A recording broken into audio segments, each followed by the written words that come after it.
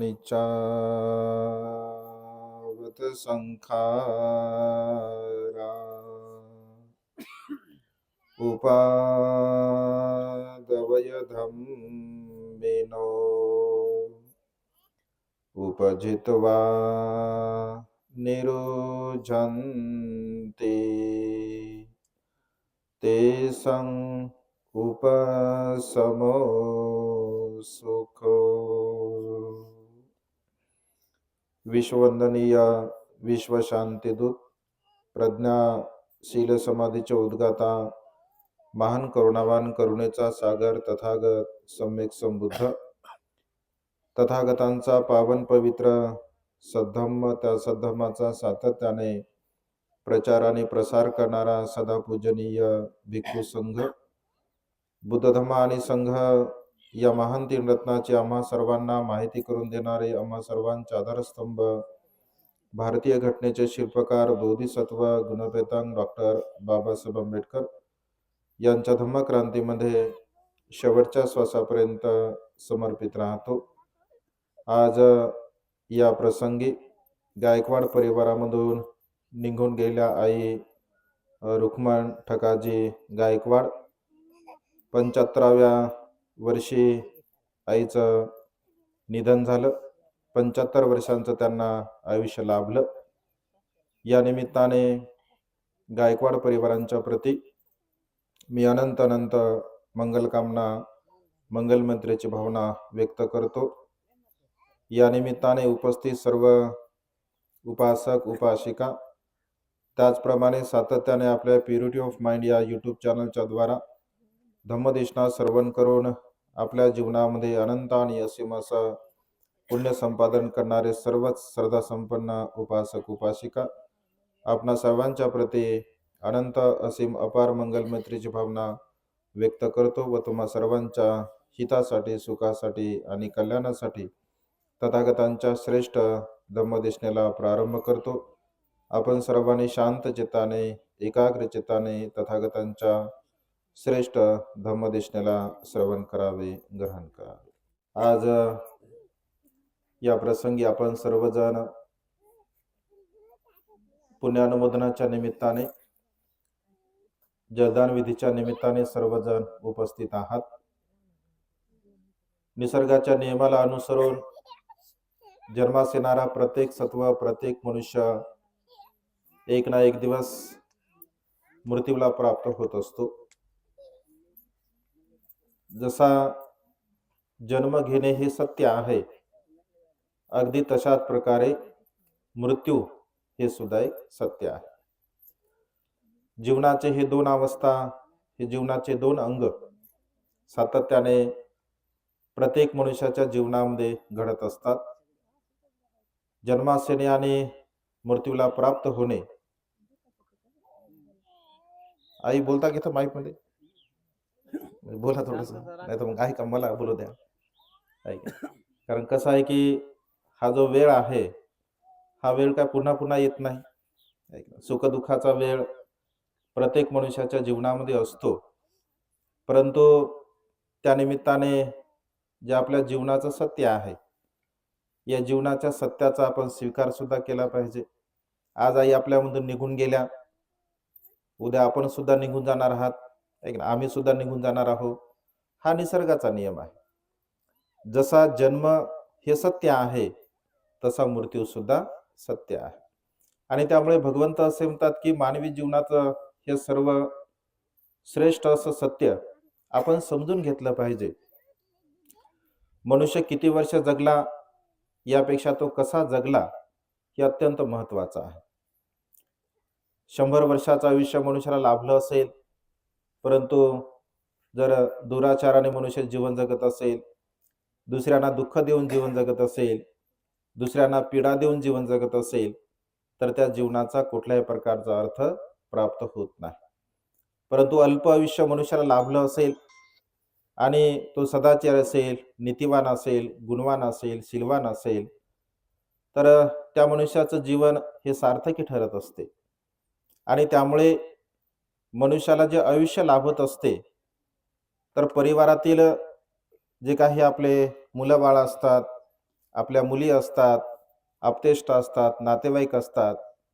जर योग्य प्रकारे त्यांचा सांभाळ केला, योग्य प्रकारे त्यांची जोपासना केली, तर नक्कीच त्यांना आयुष्याचा लाभ होतो. 75 वर्षाचं आयुष्य म्हणजे खूप झालं आताच्या वर्तमान काळामध्ये जर आपण विचार केला तर.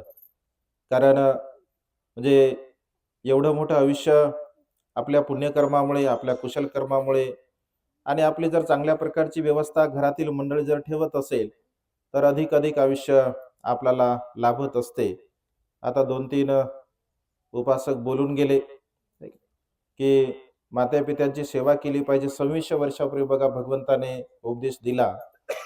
माता पितु उपट्ठानं पुतदारस संगहो अनाकुलाच कम्मंता एतं मंगलमुत्तमं. माता पितु उपट्ठानं, उपट्ठानं म्हणजे उपस्थापक, उपस्थापक म्हणजे सेवक. आपण माता-पित्यांचा सेवक बनून जीवन जगण्याचा प्रयत्न केला पाहिजे. ज्याप्रमाणे एखादा सेवक आपल्या मालकाची जो सेवा करत असतो, तर सेवा करत असताना कुठल्याही प्रकारची तो हेळसाड करत नाही, दिरंगाई करत नाही, चालढकल करत नाही. अगदी इमाने इतबारे तो सेवा करत असतो. अगदी तशाच प्रकारे माते-पित्यांची आपण सेवा केली पाहिजे. माते-पित्यांची सेवा का केली पाहिजे? कशासाठी केली पाहिजे? तर हे जीवन जे आपल्याला प्राप्त झालेलं आहे, ते केवळ माता-पित्यांमुळे प्राप्त झालेलं आहे. आपल्यामध्ये जेवढे काही चांगले धम्माचे संस्कार असतात, आपल्यामध्ये जेवढे काही चांगले गुण असतात, ते सर्वच्या सर्व माता-पित्यांमुळे आपल्याला प्राप्त झालेले असतात. आणि त्यामुळे माता-पिता आपल्या जीवनामध्ये फार महत्त्वाचं स्थान प्राप्त केलेले असतात. जे लोक खऱ्या अर्थाने जिवंतपणे माता-पित्यांची सेवा करतात. बघा, मृत्यूच्या नंतर, मृत्यू पश्चात आपण काय करतो, काय करत नाही, हे कुशल कर्म तर आहे, पुण्यकर्म तर आहेच, आपण ते केलंही पाहिजे. परंतु त्याला फारसं महत्त्व भगवंताने सांगितलं नाही. भगवंत असे म्हणतात की जिवंतपणे तुम्ही माता-पित्यांची खूप चांगल्या प्रकारे सेवा करा. आणि जे लोक माता-पित्यांची सेवा करतात बघा, तर त्यांना कधी दुःख होत नाही, त्यांना कधी पश्चाताप होत नाही, ते कधी क्रंदन करत नाहीत, रडत नाहीत, आक्रोश करत नाहीत. का?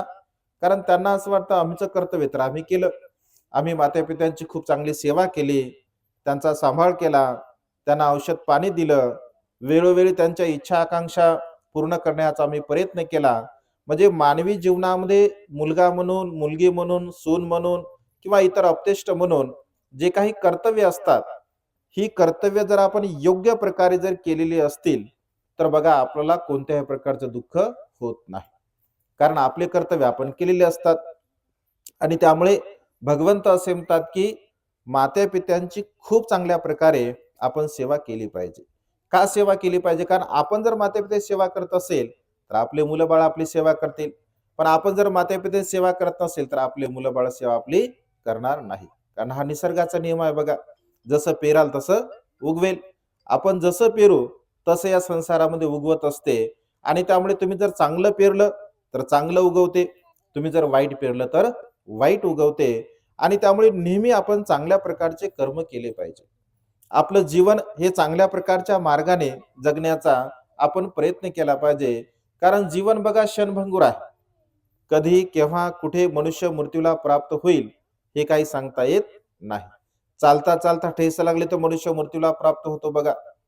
पाणी पिता पिता, भोजन करता करता जर ठसका लागला तर मनुष्य मृत्यूला प्राप्त होतो. म्हणजे या जीवनाचा बिलकुल भरोसा नाही.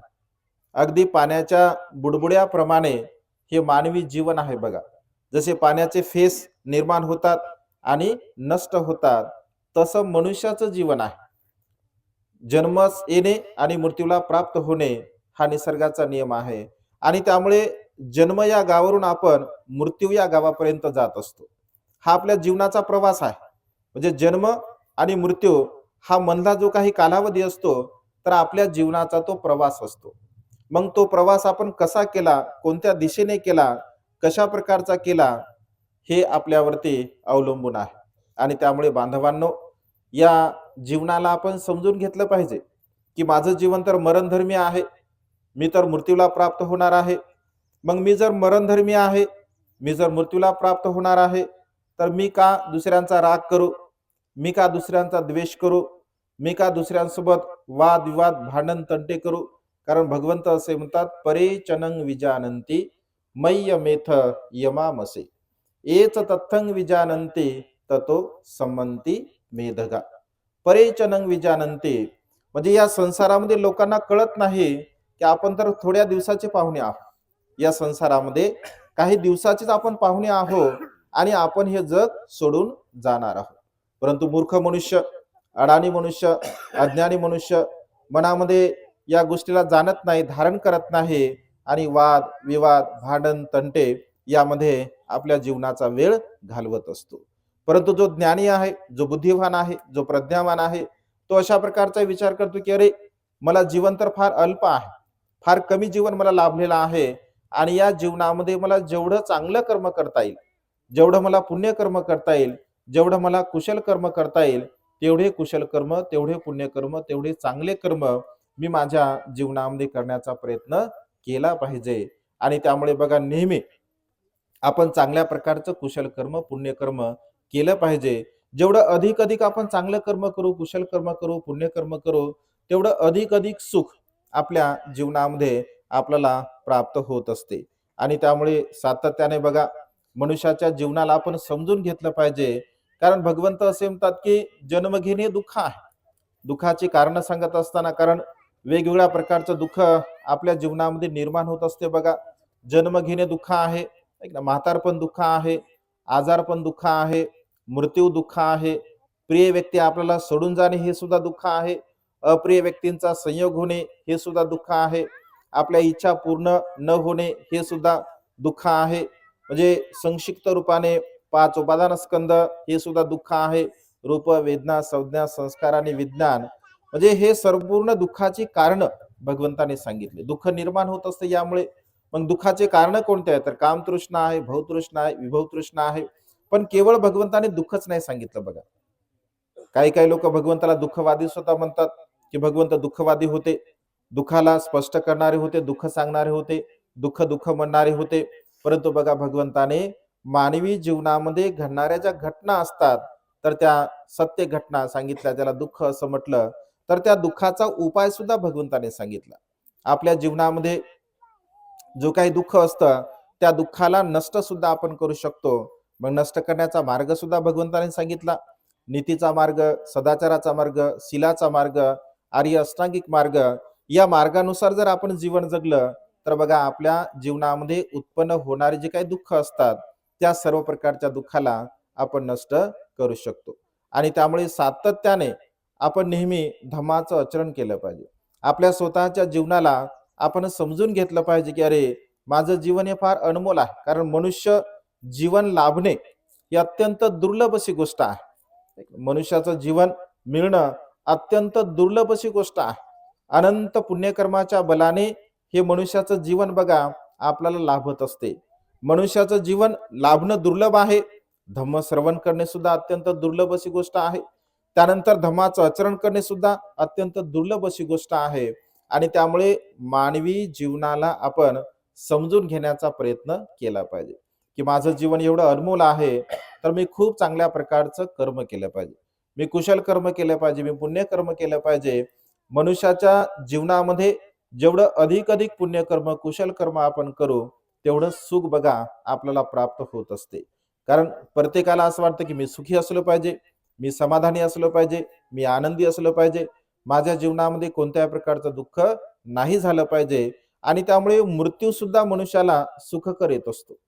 मृत्यू सुद्धा मनुष्याने सुखकर प्राप्त केला पाहिजे. ज्याने चांगले कर्म केले, कुशल कर्म केले, पुण्यकर्म केले, त्या मनुष्याला जीवनाबद्दल कधी पश्चाताप राहत नाही. आणि जो मनुष्य अकुशल कर्म करतो, वाईट कर्म करतो, पाप कर्म करतो, दुराचार करत असतो, तर तो मनुष्य बघा पश्चाताप करतो आणि पश्चातापाने तो मनुष्य जीवन जगत असतो. आणि त्यामुळे जीवनाचा भरोसा नाही. बघा, कधी केव्हा कुठे काय होईल, बिलकुल मनुष्याच्या जीवनाचा भरोसा नाही. एकदा बघा, भगवंत श्रावस्तीमध्ये वास्तव्य करत होते आणि श्रावस्तीमध्ये वास्तव्य करत असताना एक राजगृहाचा बघा व्यापारी श्रावस्तीमध्ये व्यापार करण्यासाठी येत असतो. म्हणजे जीवन कसं आहे बघा. पण आपण भ्रमामध्ये राहत असतो. कधी कधी आपल्याला असं वाटतं मला काय होणार आहे, मला काय होणार आहे, मी तर एकदम धष्टपुष्ट आहे, माझ्याकडे एवढी मोठी संपत्ती आहे, धन आहे, मला बिलकुल काही होणार नाही, म्हणजे जणू काही मी अजरामरच आहे. अशा प्रकारचं बघा लोक जीवन जगत असतात. परंतु अशा प्रकारची भावना मनुष्याने कितीही निर्माण केली असेल तरी सुद्धा मात्र हे सत्य नाही. धष्टपुष्ट असणारा मनुष्य सुद्धा मृत्यूला प्राप्त होतो, धनवान मनुष्य सुद्धा मृत्यूला प्राप्त होतो, गरीब दुबळा मनुष्य सुद्धा मृत्यूला प्राप्त होतो. म्हणजे संसारामध्ये जीवन जगणारा प्रत्येक मनुष्य एक ना एक दिवस बघा मृत्यूला प्राप्त होत असतो. आणि त्यामुळे आपण भ्रमामध्ये कधीही जीवन जगू नये असं भगवंतांनी म्हटलं आहे. एक छोटंसं उदाहरण मी तुम्हाला सांगतो. श्रावस्तीमध्ये भगवंत वास्तव्य करत होते. राजगृहाचा एक व्यापारी जेव्हा श्रावस्तीमध्ये व्यापार करण्यासाठी येत असतो आणि व्यापार करण्यासाठी तो श्रावस्तीमध्ये आल्यानंतर अचानकपणे पाऊस सुरुवात होत असते, पावसाला सुरुवात होते. आणि पावसाला सुरुवात झाल्यानंतर तो विचार करतो की अरे आता मी तर 500 गाड्या घेऊन बघा इथे आलो आणि आता तर परत मी जाऊ शकत नाही. आता 4 महिन्यापर्यंत मला इथेच राहावं लागेल.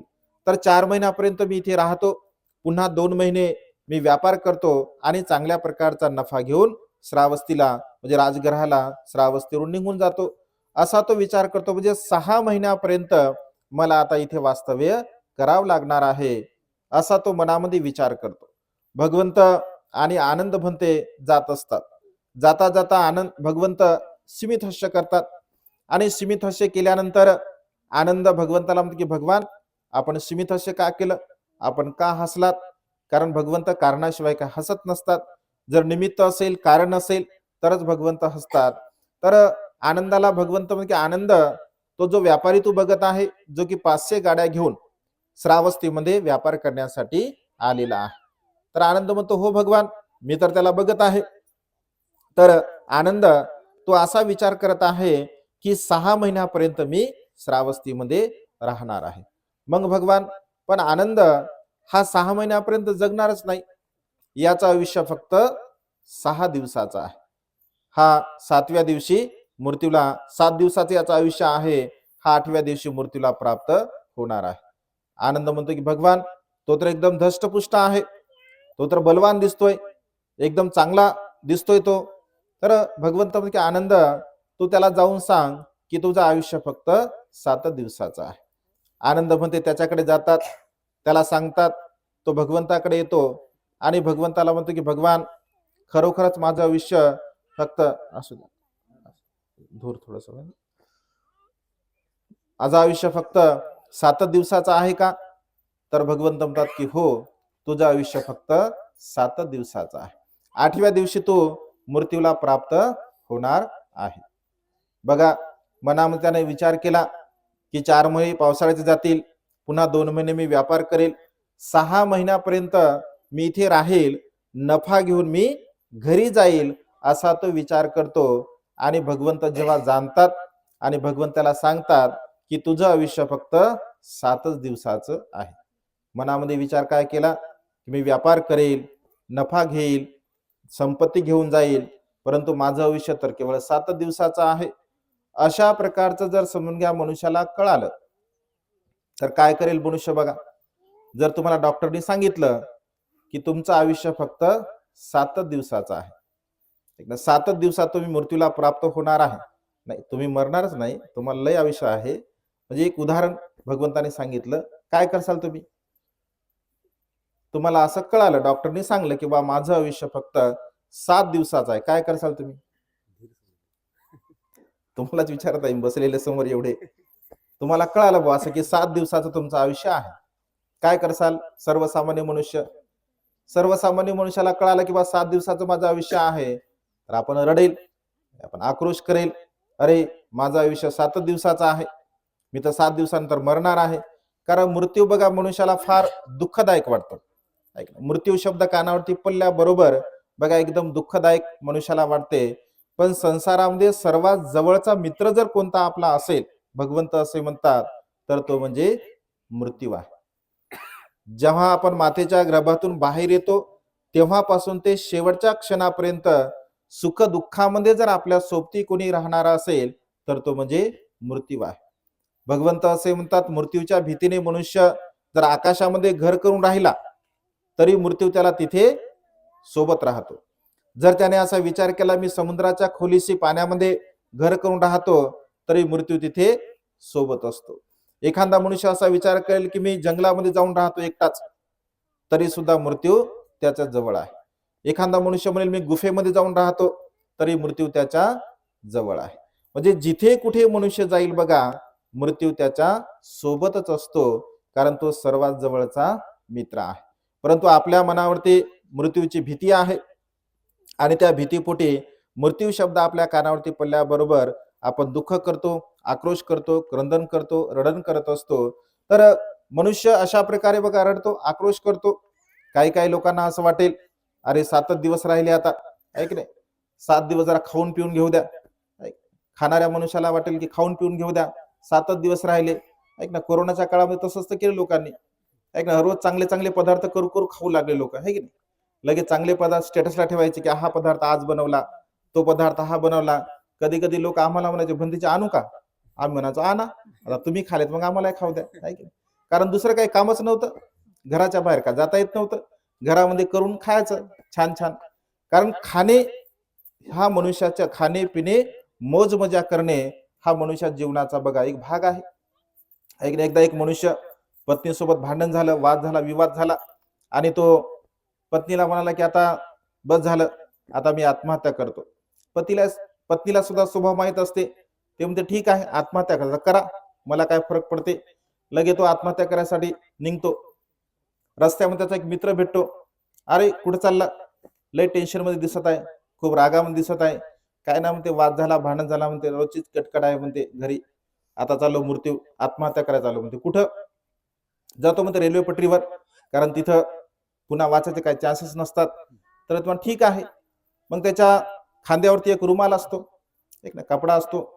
या रुमालामध्ये काय बांधलं म्हणते, नाही म्हणते भाकर बांधली म्हणते. काऊन, आणि ट्रेन जर उशिरा आली तर काय उपाशी मरू का म्हणते. ट्रेन उशिरा येते कधी कधी. म्हणजे खाणं पाहिजे मनुष्याला, खाण्यासाठी काही काही लोक जीवन जगतात. खाता खाता लोक, खाण्यासाठी जीवन जगणारे लोक या संसारामध्ये आहे बघा. काही काही लोकांचा तो स्वभाव असतो. काही काही लोकांना असं वाटेल की भांडण करणाऱ्या लोकांना भांडण करू द्या म्हणतात. ऐक ना, लय दिवसाचं भांडण नाही केलं, कारण भांडण करणे मनुष्याचा स्वभाव आहे. काही काही लोक बघा वेगळ्या प्रकारचे विचार करतील, पण हा खूप चांगला असतो बघा. हा सिलवान असतो, गुणवान असतो, सदाचारी असतो. तो भगवंताला म्हणतो की भगवान माझं आयुष्य तर फक्त 7 दिवसाचा आहे, मग मी काय करू. भगवंत म्हणतो की अरे तुला चांगली संधी आहे, 7 दिवस म्हणजे खूप आहे तुझ्यासाठी. चांगलं कर्म कर, कुशल कर्म कर, पुण्य कर्म कर. बघा तो भगवंताला आणि भिक्खू संघाला 7 दिवसाचं निमंत्रण देतो. तो म्हणतो भगवान 7 दिवसापर्यंत तुम्ही माझ्याकडे भिक्खू संघासह भोजनाचं निमंत्रण स्वीकारावं. आणि 7 दिवस बघा भिक्खू संघाची तो सेवा करतो, भगवंताची सेवा करतो, दान पुण्य करतो, रोज आणि रोज धम्म श्रवण करत असतो. 7 दिवसापर्यंत बघा अशा प्रकारचं कुशल कर्म पुण्य कर्म करतो आणि खरोखर बघा 8व्या दिवशी तो मृत्यूला प्राप्त होत असतो. अशा प्रकारचा मनुष्य सुगतीला जाईल का दुर्गतीला जाईल? सुगतीला जाईल. कारण ज्याचं चित्त चांगलं आहे, ज्याचं मन चांगलं आहे, मृत्यू सुद्धा सुखकर येऊ शकतो भगवंत असे म्हणतात. पण मनुष्य जर चांगला असेल तर मरताना बघा आपण पाहतो अनेक लोक बघा दुःखी असतात, कष्टी असतात, मरताना बेचैन असतात. आणि कधी कधी बघा घरच्यांना सुद्धा असं वाटतं की त्यांना जर त्रास होत असेल, आपल्या आपतेष्टांना, तर असं वाटतं की आपण म्हणतो व्यवहारामध्ये म्हणतो ना बघा फार त्रास होत आहे, जीव काही जातच नाही, फार कशात अडकला जीव बा, कशामध्ये अटकलेला आहे असं आपण म्हणतो कधी कधी. मग काही काही लोक असं म्हणतात कशामध्ये कोणी येणार असेल, मुलगी येणारी असेल, मुलगा येणार असेल, कोणीतरी येणार असेल. हा मनुष्याचा स्वभाव आहे बघा. भगवंत असे म्हणतात की हा मानवी स्वभाव आपण जाणला पाहिजे आणि त्यामुळे सत्य जीवनाचा आपण स्वीकार केला पाहिजे बघा. सत्य जीवनाला आपण जाणलं पाहिजे, समजून घेतलं पाहिजे. मृत्यू हे सत्य आहे आणि त्यामुळे मी जर मरणधर्मी आहे, मी जर मरणार आहे, माझं जीवन जर क्षणभंगुर आहे, तर मग मी वाईट कर्म का करू, मी कुशल कर्म का करू. मी चांगले कर्म केले पाहिजे, मी चांगल्या प्रकारे मातेपित्यांची सेवा केली पाहिजे, मी चांगल्या प्रकारे मुलाबाळांचा सांभाळ केला पाहिजे. माझी स्वतःची जी काही दिनचर्या आहे, जीवन आहे माझं, तर मी खूप चांगल्या प्रकारचं जगण्याचा प्रयत्न केला पाहिजे. कारण संसारामध्ये बघा चांगल्या प्रकारचे मनुष्य मिळणं किंवा चांगल्या प्रकारचे मनुष्य निर्माण होणं अत्यंत दुर्लभ अशी गोष्ट, कठीण गोष्ट आहे. आणि त्यामुळे बांधवांनो बघा, हे जीवन फार अनमोल आहे. हे जे जीवन आपलं मनुष्याचं मिळालेलं आहे, हे मनुष्याचं जीवन बघा फार अनमोल आहे. आणि या अनमोल जीवनाला आपण समजून घेतलं पाहिजे की अरे, मी मनुष्य म्हणून जन्मास आलो, तर मी चांगल्या प्रकारचं कर्म केलं पाहिजे. माझ्या काहीने कधी मी प्राण्यांची हिंसा नाही केली पाहिजे, कधी चोरी नाही केली पाहिजे, कधी व्यभिचाराचं कर्म माझ्याकडून नाही झालं पाहिजे, मी कधी दुसऱ्यांचा राग द्वेष लोभ मोह करू नये, मी कधी खोटं बोलू नये, निंदानास्ती करणार नाही, चहाडी चुगली करणार नाही, व्यर्थ बडबड करणार नाही. मी अत्यंत कायने वाचेने आणि मनाने माझ्या जीवनामध्ये चांगल्या प्रकारचे कर्म करेल, याचं चिंतन मनन बघा आपण केलं पाहिजे. बाबासाहेबांच्या महान पुण्यामुळे हा तथागतांचा पवित्र हा धम्म आपल्याला प्राप्त झालेला आहे बघा. मी सारा भारत बौद्धमय करेल ही बाबासाहेबांची संकल्पना होती. बाबासाहेब असं म्हणाले की मला जर आयुष्य लाभलं तर माझं उर्वरित आयुष्य बौद्ध धर्माचा प्रचार आणि प्रसार करण्यासाठी मी घालवणार आहे. परंतु निसर्गाच्या नियमाला अनुसरून बघा बाबासाहेब सुद्धा आपल्यामधून निघून गेले. कारण निसर्ग असा आहे ते सत्य आहे. म्हणजे चांगला मनुष्य असू द्या वाईट मनुष्य असू द्या, बाबासाहेब आपल्यामधून निघून गेले, भगवंत आपल्यामधून निघून गेले, महापुरुष आपल्यामधून निघून गेले. कारण हा निसर्गाचा नियम आहे. आणि त्यामुळे बाबासाहेबांचं स्वप्न होतं की सारा भारत मी बौद्धमय करेल. तर अशा पद्धतीने बघा आपण धम्माचं काम सुद्धा केलं पाहिजे. जीवन जगत असताना धम्माचं काम सुद्धा आपण केलं पाहिजे. जेवढा वेळ आपल्याला मिळतो तेव्हा सुद्धा ते धम्माचं काम आपण केलं पाहिजे. आमचे समाधान सोनवणे आम्हाला फोन करत होते 2-4 दिवसापासून की भंतेजी तुम्ही तारीख द्या आम्हाला, तारीख द्या आम्हाला, आणि खेड्यापाड्यामध्ये सुद्धा यावं असं त्यांचं म्हणणं होतं. मी म्हटलं आम्ही खेड्यापाड्यामध्ये सुद्धा येतो, जर आम्हाला बोलवलं तर. त्यांचा फार आग्रह होता की इकडे आले पाहिजे भंतेजी, धम्माचा प्रचार झाला पाहिजे, लोकांना 2 शब्द धम्माचे कळाले पाहिजे. आणि त्यामुळे धम्म प्रचार आणि प्रसार करणे ही प्रत्येक मनुष्यांची बघा जबाबदारी आहे. ते सुद्धा त्यांच्या पद्धतीने चांगल्या प्रकारे धम्माचं काम करतात. आणि प्रत्येक मनुष्याने धम्माचं काम बघा करण्याचा प्रयत्न केला पाहिजे. सातत्याने आपण सुखपूर्वक जीवन जगण्याचा प्रयत्न केला पाहिजे बघा. आणि त्यामुळे आज आईचे निसर्गामध्ये तसा आईचा स्वभाव चांगलाच असेल, कारण एवढा मोठा जो जनसमूह या ठिकाणी दिसत आहे. कारण बघा मनुष्याच्या कर्मावरती सर्व काही गोष्टी अवलंबून असतात. ऐक ना, मनुष्य चांगला असेल तर 4 लोक पाहण्यासाठी येतात, 4 लोक बसण्यासाठी येतात. मनुष्याचा स्वभाव जर चांगला नसेल तर लोक असं म्हणतात की स्वभाव चांगला नाही, त्यामुळे काय जायचं आहे, कशाला जायचं आहे, असा मनुष्याचा स्वभाव असतो. आपण सर्वजण एवढा समूह या ठिकाणी आला आहात तर नक्कीच आईचा स्वभाव परिवाराचा स्वभाव चांगला असेल आणि चांगला असला पाहिजे. कारण धम्म आपल्या सोबत जर असेल तर आपण चांगल्या प्रकारचं कुशल कर्म पुण्यकर्म बघा करू शकतो. आणि त्यामुळे आता मी थोडं बघत आहे आता धम्माच्या बाबतीमध्ये, तर सांगतोच आपण नेहमी. पण एक गोष्ट मी आता बघत आहे तर मी जाणलं बघा, म्हणजे थोडस ऑब्झर्व करत असतो आपण. मला येताना प्रत्येकाच्या हातामध्ये एक बॅग दिसत आहे. मी पाहिलो हे बॅगा काऊन म्हणजे एक एक छोट्या छोट्या बॅगा काऊन सोबत. तर मला वाटते कपडे आणले आहे तुम्ही. बरं कशासाठी आणतात कपडे हे, कोणी सांगाल का याचं कारण? मला सांगा. आता आई गेल्या तर परिवाराला सुख झालं का दुःख झालं? सुख झालं की दुःख झालं? दुःख झालं की नाही? मग दुःखामध्ये नवीन कपडे का टाकतात? सुखामध्ये ठीक आहे बा, लग्न आहे ऐक ना, हळद कार्यक्रम आहे, काही मंगल कार्यक्रम आहे तर ठीक आहे समजा. दुःखामध्ये कसं काय कपडे टाकावं? बरं ते कपडा असा असतो की ते कोणाच्या कामी येत नाही. येतो का कामी सांगा तुम्ही?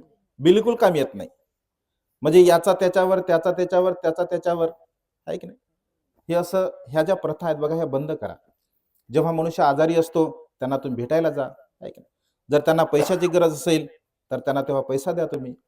मनुष्य आजारी असतो एवढे फळं घेऊन जातात, डॉक्टर म्हणते नारळ पाणी पण जमत नाही याला, आणि एवढे फळ त्या हॉस्पिटलमध्ये एक फळ खात नाही मनुष्य. फळ कशाला घेऊन जातात? 100 रुपये द्या, 500 रुपये द्या, 1000 रुपये द्या, औषधीला पैसे द्या ना तुम्ही.